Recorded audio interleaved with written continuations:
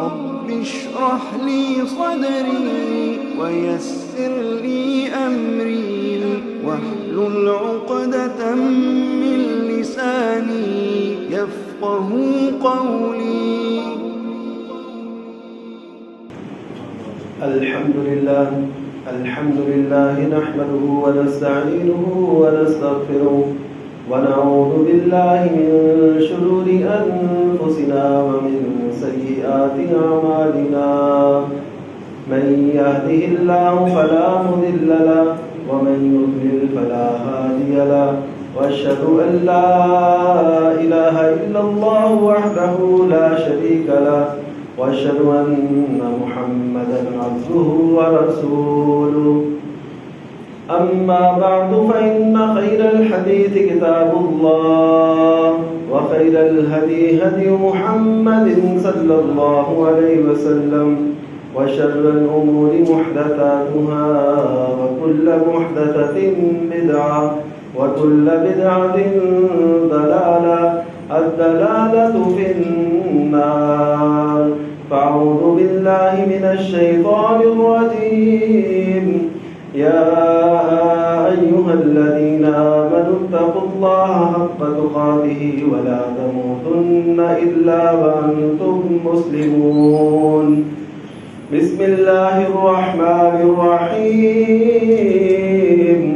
يا أيها الناس اتقوا ربكم الذي خلقكم من نفس واحدة وخلق منها زوجها وبث منهما رجالا كثيرا ونساء واتقوا الله الذي تساءلون به والأرحام إن الله كان عليكم رقيبا. يا أيها الذين آمنوا اتقوا الله وقولوا قولا سديدا يصلح لكم أعمالكم ويغفر لكم ذنوبكم ومن يطع الله ورسوله فقد فاز فوزا عظيما. تمام قسم کی تعریف، حمد و ثنا اور تقدیس، تحمید، تسبیح اللہ وحدہ لا شریک کے لیے. درود و سلام ہو امام المرسلین سید المرسلین امام المتقین محمد الرسول اللہ صلی اللہ علیہ وسلم کی ذات پر، اور اللہ کی رحمتیں ہوں صحابہ کرام، تابعین، ائمہ دین، فقہاء کرام، مجاہدین اسلام اور اولیاء اعظام پر. جیسے ایک ظاہری ہماری جسمانی صورت ہے، اس کا ہم ہر لحاظ سے خیال رکھتے ہیں، اس کو کوئی بیماری لاحق نہیں ہونے دیتے، کوئی اذیتناک صورتحال پیش آئے تو اس کا مداوع کرتے ہیں. تو اسی طرح ہمارا جو دل ہے اس پہ بھی مختلف قسم کی بیماریاں لاحق ہوتی رہتی ہیں. ان کی طرف بھی توجہ کرنا یہ ہماری ذمہ داری ہے. یعنی ظاہر کے ساتھ ساتھ اپنے باطن کو بھی پاکیزہ کرنا یہ لازم ہے. جیسے کپڑوں میں کچھ نشان لگ جائے تو ہم اسے دھوئے بغیر، صاف کیے بغیر آگے نہیں چلتے. ہمیں یہ ہوتا ہے کہ معاشرے کے اندر ہمارے وقار میں فرق آئے گا، تو اس سے کہیں زیادہ ضرورت دل کے معاملے کی ہے کہ اگر اس پہ کوئی گرد، کوئی غبار، کوئی زنگ، کوئی ایسی چیز لگی ہے تو اس کو فوراً صاف کیا جائے تاکہ دل پاکیزہ ہو، دل سفید ہو. دل اللہ کی محبت کا ایک مرکز ہے، اس کے حبیب صلی اللہ علیہ وسلم کی محبت کا ایک ٹھکانہ ہے.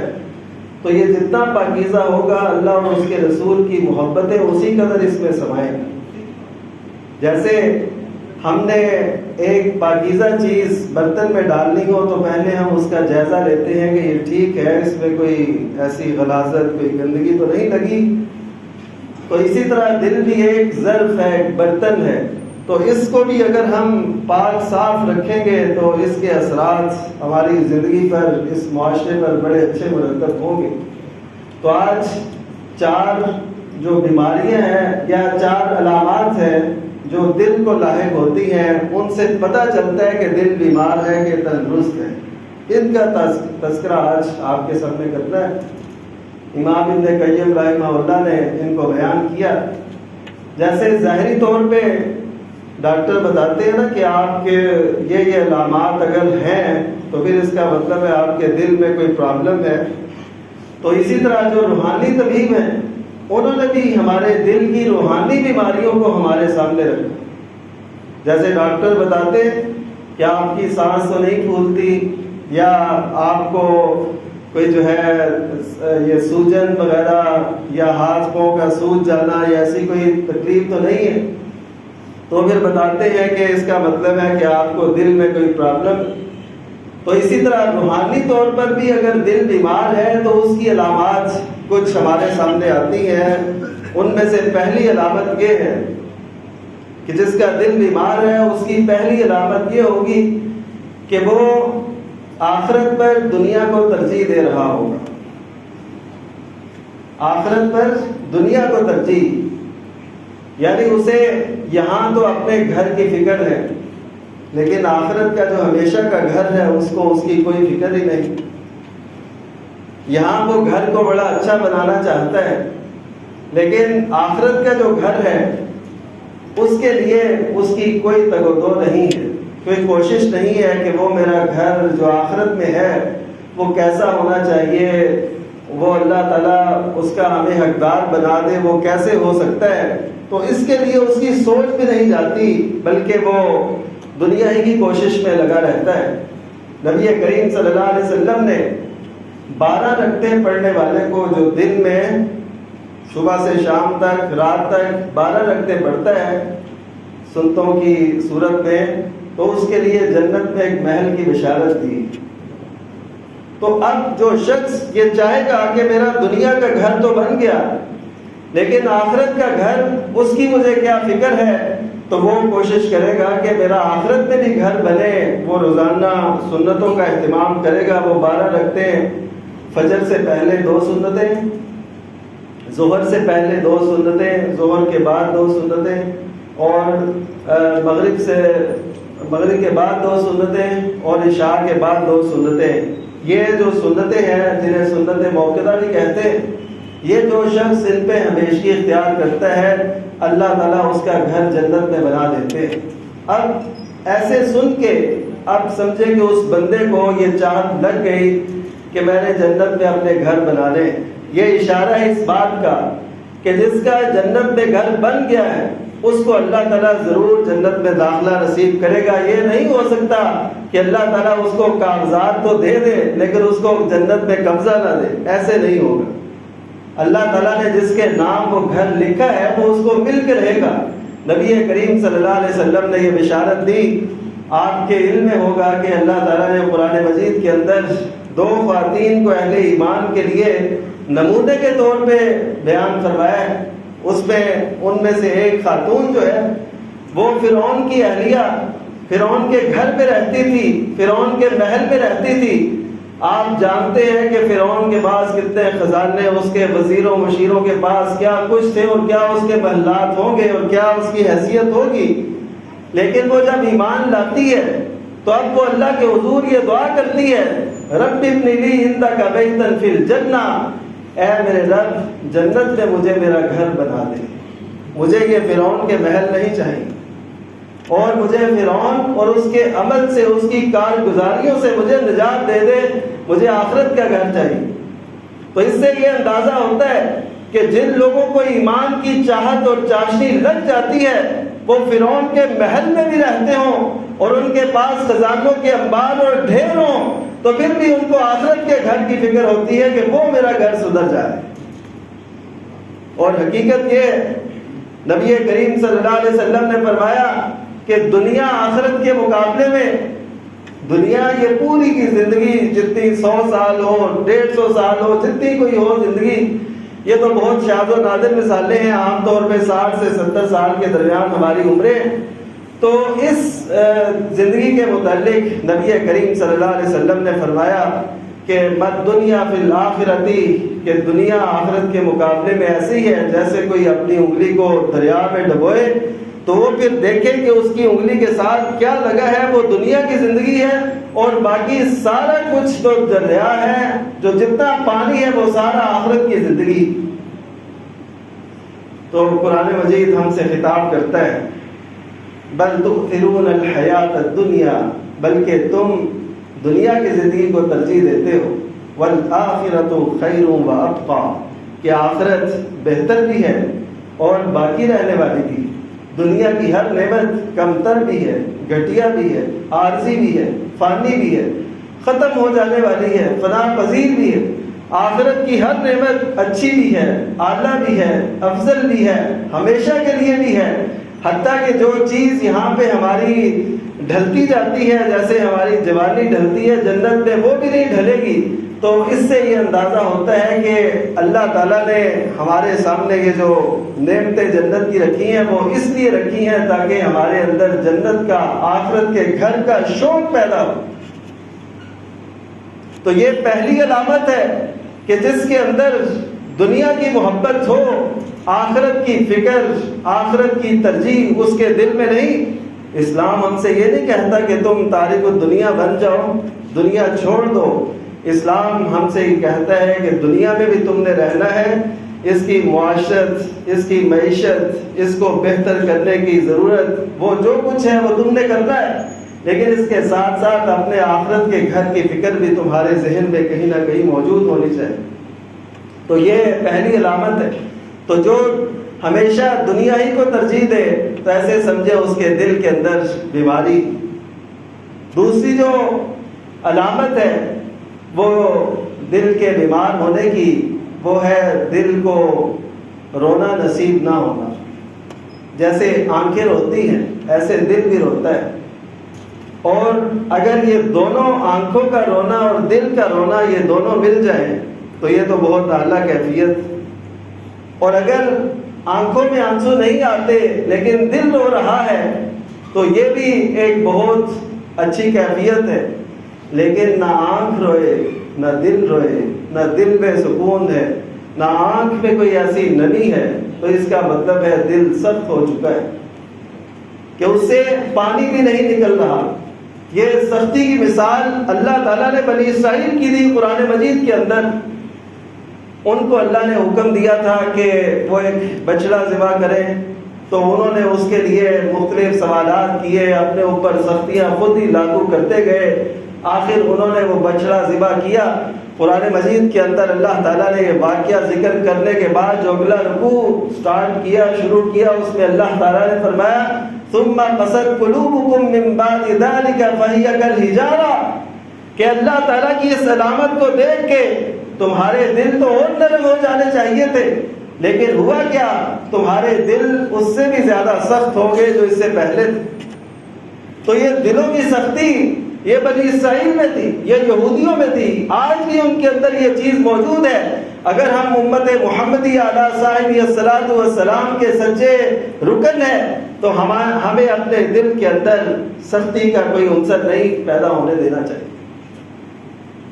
دل کے اندر نرمی ہو، گداز ہو، سوز ہو، اور اس میں آنسو ہو، نمی ہو، اس میں نرمی ہو، وہ ہر سطح پہ ہو، گھر کی سطح پہ، معاشرے کی سطح پہ، اللہ کے سامنے کھڑے ہوں تو تب بھی اگر کسی کو نہ دل کا رونا نصیب ہوتا ہے نہ آنکھوں کا رونا نصیب ہوتا ہے تو وہ سمجھ لے کہ اس کا دل بیمار، اس کے دل کے اندر روحانی طور پہ جو ہے وہ بیماری موجود ہے، اس کو اپنی اصلاح کے لیے کوشش کرنی چاہیے۔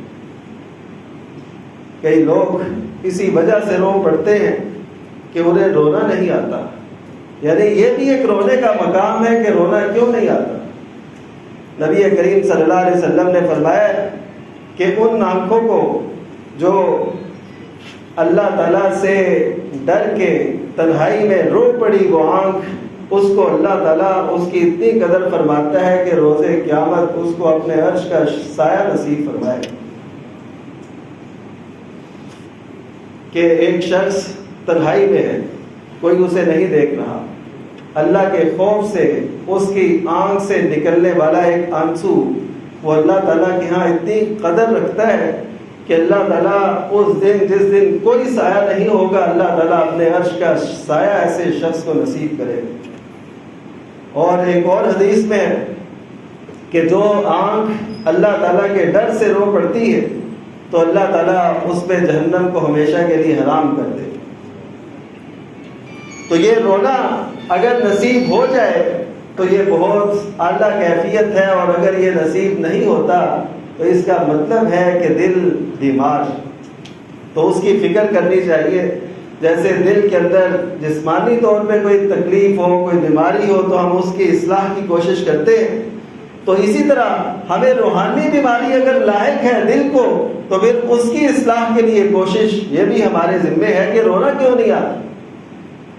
نبی کریم صلی اللہ علیہ وسلم نے دلوں کی نرمی کے کچھ اسباب بھی بیان فرمائے، جن میں سے ایک اہم سبب یہ ہے کہ اذا اردت تلین قلبک، کہ جب تم اپنے دل کو نرم کرنے کی خواہش رکھتے ہو، فامسح راس الیتیم، تو یتیم کے سر پہ ہاتھ رکھو، یعنی اس کے ساتھ شفقت، اس کے ساتھ محبت، اس کی خیر خواہی، ہمدردی، اور اس کے مال کو بچا بچا کے رکھنا تاکہ یہ اس کے کام آئے۔ یہ نہیں کہ اس کے بڑے ہونے سے پہلے ہی کہہ دیں جی آپ کا حساب ہم نے یہ کیا وہ کیا، سب ختم ہو گیا۔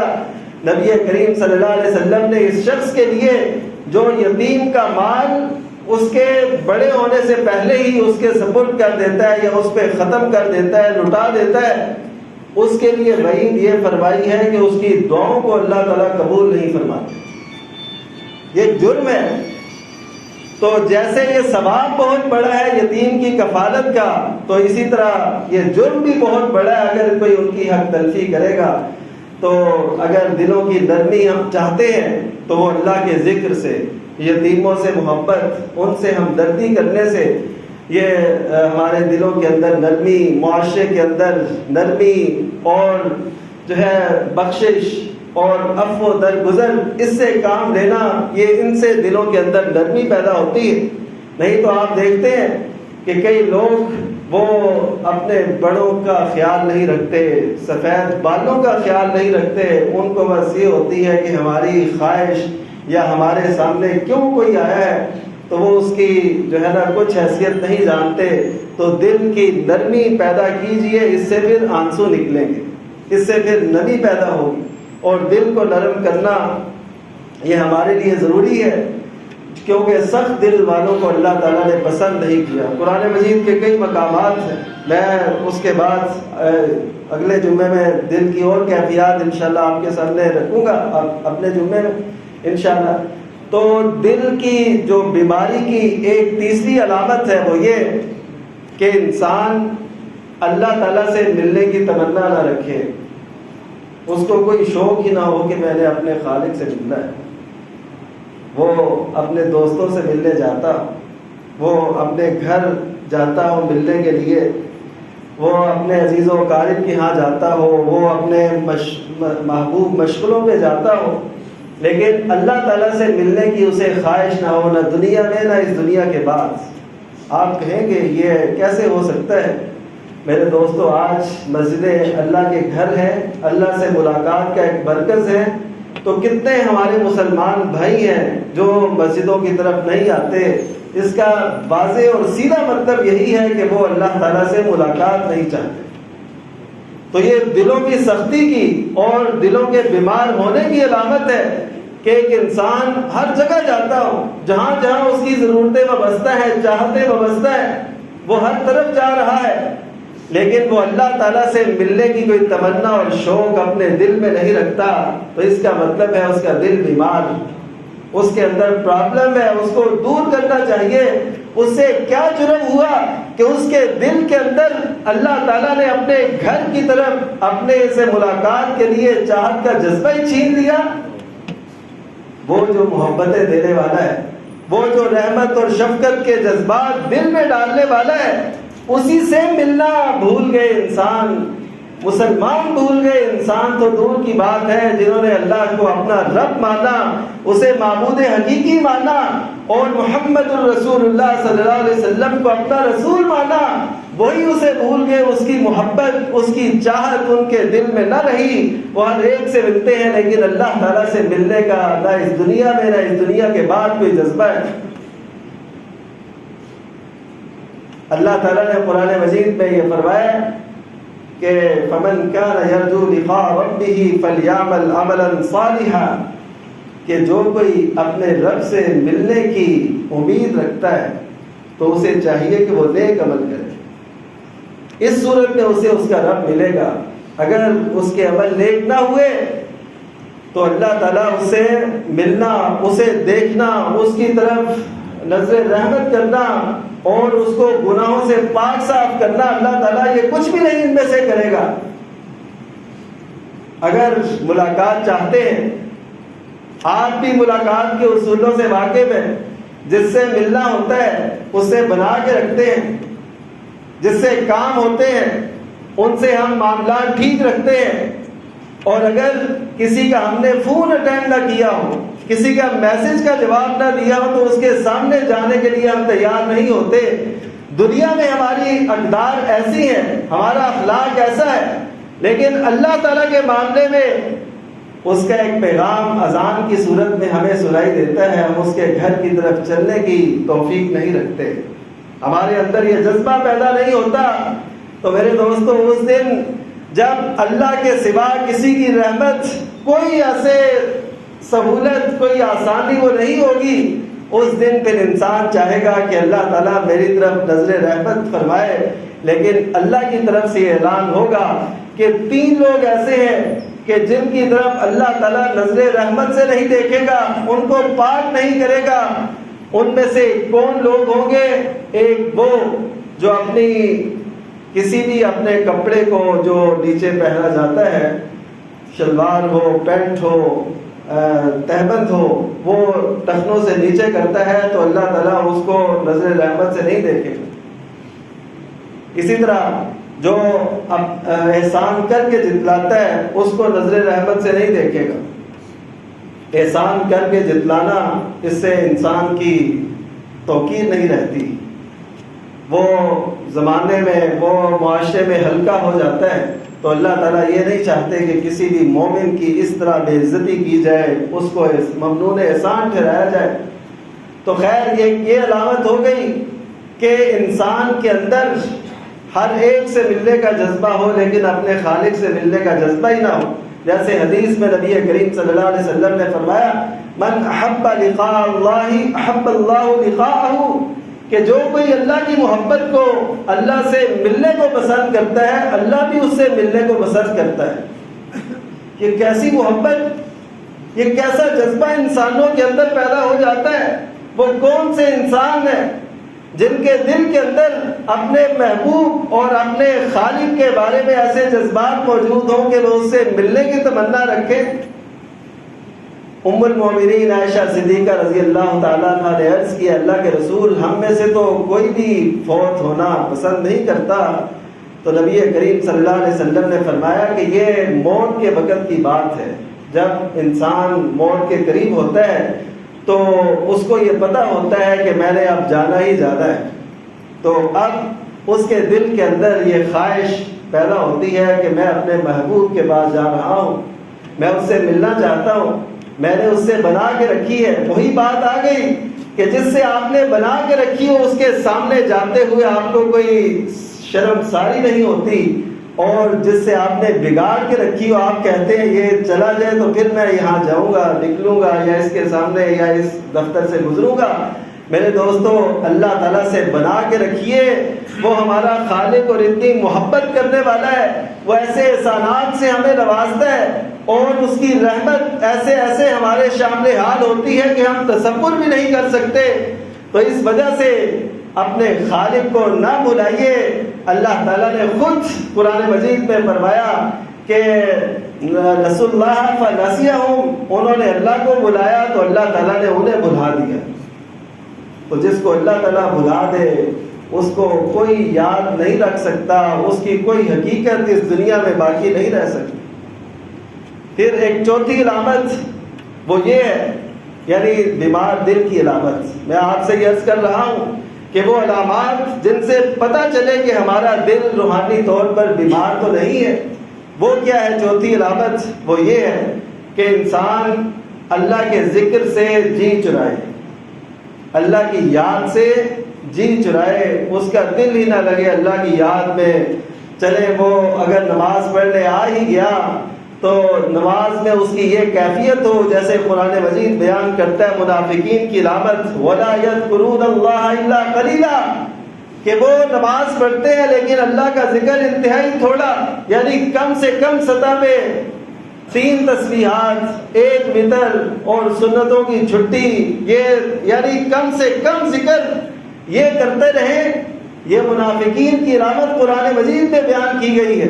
اور دوسری علامت بیان کیا کی گئی اس حوالے سے کہ وہ نماز پڑھتے ہیں، اذا قاموا الى الصلاة قاموا کسالى، جب نماز کے لیے آتے ہیں تو ڈھیلے ڈالے، کوئی چستی نہیں، کوئی جو ہے نشاط طبیعت کے اندر نہیں، بس ڈھیلے ڈالنے سے آگے کھڑے ہو گئے اور تھوڑی بہت نماز پڑھی اور جلدی جلدی وہ نماز پڑھی، نماز پڑھنے کے فوری بعد اپنی جگہ کو چھوڑا، اٹھ کھڑے ہوئے یا کسی اور کام میں اپنا موبائل نکال لیا، اسی میں مگن ہو گئے۔ یہ سب ایسی علامات ہیں جو اس چیز کی عکاسی کرتی ہیں کہ اس بندے کے دل میں جو مسجد تک بھی پہنچ گیا ہے ابھی تک اس کے دل کے اندر بیماری موجود ہے، یہ اللہ کے ذکر کی طرف توجہ نہیں کر رہا۔ نبی کریم صلی اللہ علیہ وسلم نے تو مسجد میں نماز کے بعد بیٹھنے کی اتنی فضیلت بیان فرمائی کہ جب تک وہ اپنی مسلے پر اپنی جگہ پر بیٹھا رہتا ہے جہاں پہ اس نے نماز ادا کی ہے، تو جتنی دیر تک وہ بیٹھا رہتا ہے اللہ کی رحمت کے فرشتے اس کے لیے رحمت اور بخشش کی دعائیں کرتے رہتے ہیں۔ یار آپ دیکھیے، اندازہ کیجئے کہ آپ کو کوئی بڑا متقی انسان اس دور کا ملے، آپ اس سے دعا کرا کے مطمئن ہو جاتے ہیں، اللہ کے فرشتے یہ مسلسل دعائیں کرتے رہتے ہیں کہ یا اللہ اس کو بخش دے، اس پہ رحمت فرما۔ آج ہمیں اس رحمت اور بخشش کی قدر نہیں ہے، اس وجہ سے ہمیں ان باتوں کا کوئی دھیان نہیں ہے، توجہ نہیں ہے۔ کل کو جب اس رحمت اس محبت کی ضرورت ہوگی پھر ہم کہیں گے کاش ہم نے یہ بھی لمحہ اچھا گزارا ہوتا، ہم نے یہ بھی نیکی کی ہوتی، یہ بھی موقع نہ گنوایا ہوتا۔ تو آج جب جیتے جی شعور کے ساتھ ہم سارے کام کر رہے ہیں تو ان امور کو بھی اپنے سامنے رکھیے اور دیکھیے کہ یہ نہ ہو ہمارا دل بیمار ہو۔ جب دل بیمار ہوتا ہے تو قرآن مجید ایسے بیمار دل لوگوں کو ایک اصطلاح میں رکھتا ہے، وہ کیا ہے کہ یہ منافق۔